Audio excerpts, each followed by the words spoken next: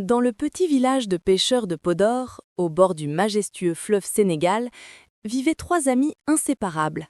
Amadou, 12 ans, aux yeux vifs et curieux, Fatou, 11 ans, courageuse et intelligente, et Memadou, 10 ans, le plus petit mais le plus malin du groupe. Ils aimaient explorer les rives du fleuve, chercher des coquillages et inventer des histoires extraordinaires.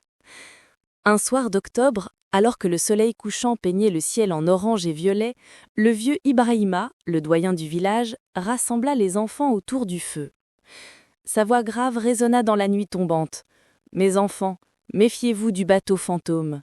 Chaque nuit de pleine lune, une pirogue sans rameur glisse silencieusement sur les eaux du fleuve. Ceux qui s'en approchent entendent des chants mystérieux et voient des lumières étranges danser sur l'eau. » Les yeux d'Amadou brillèrent d'excitation. « Un bateau fantôme? Vraiment ?» Fatou croisa les bras, sceptique. « Ce sont des légendes pour faire peur aux enfants. » Mais Mamadou, lui, écoutait attentivement chaque mot du vieil homme. 3 jours plus tard, la pleine lune illuminait le village comme en plein jour. Amadou réveilla ses amis en tapant doucement à leurs fenêtres. « Venez, c'est cette nuit, nous devons découvrir la vérité sur ce bateau fantôme. » Fatou hésita un instant, puis enfila ses sandales. « D'accord, mais nous restons ensemble, toujours. » Les 3 aventuriers se faufilèrent hors de leur maison, leurs lampes torches à la main. Le fleuve scintillait sous la lumière lunaire, créant des reflets argentés qui dansaient à sa surface. Ils s'installèrent derrière un baobab géant près de la rive et attendirent en silence. 1 heure passa, puis 2. Mamadou commençait à s'endormir quand Fatou lui donna un coup de coude. « Regardez !» chuchota-t-elle, le doigt pointé vers le fleuve. Une pirogue apparaissait lentement dans la brume, glissant sans bruit sur l'eau calme. Aucun rameur n'était visible, mais la pirogue avançait comme si des mains invisibles la guidaient. Des lucioles semblaient voltiger autour d'elle, créant une aura lumineuse et féerique. Le cœur d'Amadou battait la chamade. « C'est vrai, le bateau fantôme existe vraiment !» La pirogue s'approchait de la rive et maintenant il pouvait entendre quelque chose, un chant doux et mélodieux, comme une berceuse ancienne. Les mots n'étaient pas clairs, mais la mélodie était envoûtante. Fatou, surmontant sa peur, se leva. « Nous devons voir de plus près !» Amadou et Mamadou échangèrent un regard inquiet, mais suivirent leur amie courageuse. Ils se rapprochèrent de la rive, cachés derrière les roseaux. La pirogue s'était arrêtée à quelques mètres seulement. Soudain, Mamadou glissa sur la boue et tomba avec un grand splash dans l'eau peu profonde. Le chant s'arrêta net. Les 3 amis se figèrent terrorisés. Puis, une silhouette se dressa dans la pirogue. C'était une petite fille. Elle ne devait pas avoir plus de 9 ans, avec de longues tresses et un sourire timide. « N'ayez pas peur, » dit-elle d'une voix douce. « Je ne suis pas un fantôme. » Amadou aida Mamadou à sortir de l'eau. « Mais, qui es-tu? Et pourquoi tout le monde pense que tu es un fantôme ?» La fillette soupira. « Je m'appelle Aïcha. Je viens du village de Saint-Louis, très loin d'ici. » Elle leur raconta son histoire incroyable. Son grand-père, un artisan brillant, avait construit cette pirogue spéciale avec un mécanisme secret caché sous le plancher. Une petite roue à eau actionnée par le courant lui-même, qui permettait au bateau d'avancer tout seul. Il avait aussi installé des petites bottes contenant des lucioles qui l'élevaient, créant les lumières mystérieuses et féeriques.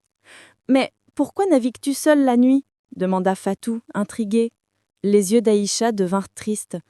« Mon grand-père a disparu il y a 6 mois. Avant de partir, il m'a parlé d'un trésor caché quelque part le long du fleuve Sénégal. Un trésor qui pourrait aider notre famille. Il m'a laissé une carte et cette pirogue. Chaque nuit de pleine lune, je cherche les indices qu'il a semés pour moi. » Amadou sortit la carte qu'Aïcha lui tendit. À la lumière de la lune, ils virent des dessins étranges. Un baobab avec 7 branches, 3 pierres en forme de triangle et une croix marquant l'emplacement du trésor. « Je connais ce baobab !» exclama Mamadou. « C'est celui du vieux cimetière, à 2 kilomètres d'ici. » Les 4 enfants décidèrent de s'unir. Ils attachèrent la pirogue à la rive et partirent ensemble vers le vieux cimetière. Le trajet était long et les ombres de la nuit rendaient chaque arbre menaçant, chaque bruit inquiétant. Mais ensemble, ils se sentaient braves.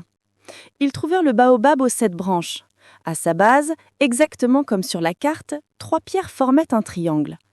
Amadou et Mamadou commencèrent à creuser avec des bâtons, tandis que Fatou et Aïcha éclairaient avec leurs lampes.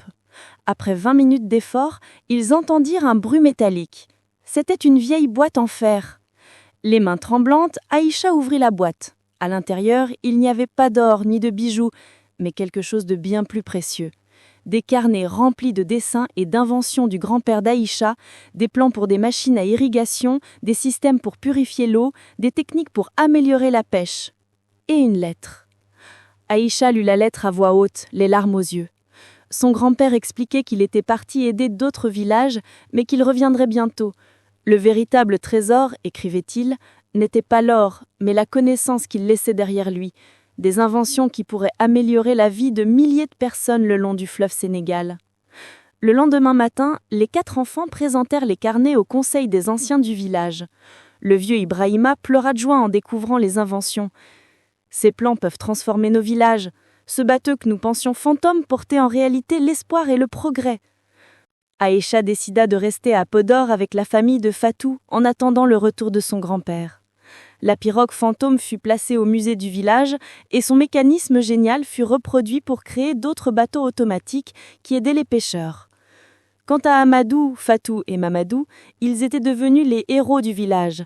Mais plus important qu'encore, ils avaient appris que derrière chaque mystère se cache souvent une histoire fascinante et que le courage de chercher la vérité peut nous mener aux plus belles découvertes.